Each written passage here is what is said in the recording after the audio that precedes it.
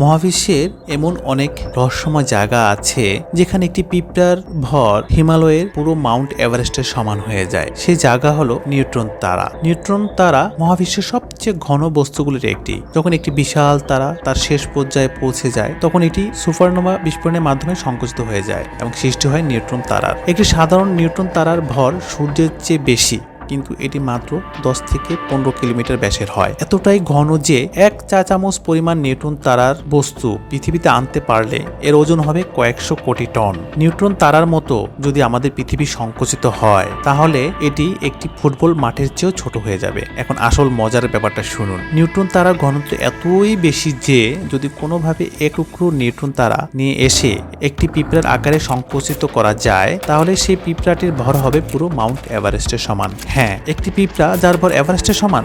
অবিশ্ব শোনাচ্ছে, তাই না? মহাবিশ্ব আশ্চর্যে ভরা। আমরা যে বাস্তবতাকে স্বাভাবিক বলে জানি তা মহাকাশের কিছু অঞ্চলে একেবারে ভিন্ন রূপ নেয়। একটি পিঁপড়া আর একটি পর্বতের মধ্যে যে তুলনা আমরা করি নিউট্রন তারা রাজ্যে সেটিও অর্থহীন হয়ে পড়ে। এবং আরো কত অজানা বিষয় আমাদের অপেক্ষা করছে। উত্তর পেতে হলে আমাদেরকে মহাবিশ্বের দিকে আরো গভীরভাবে তাকাতে হবে।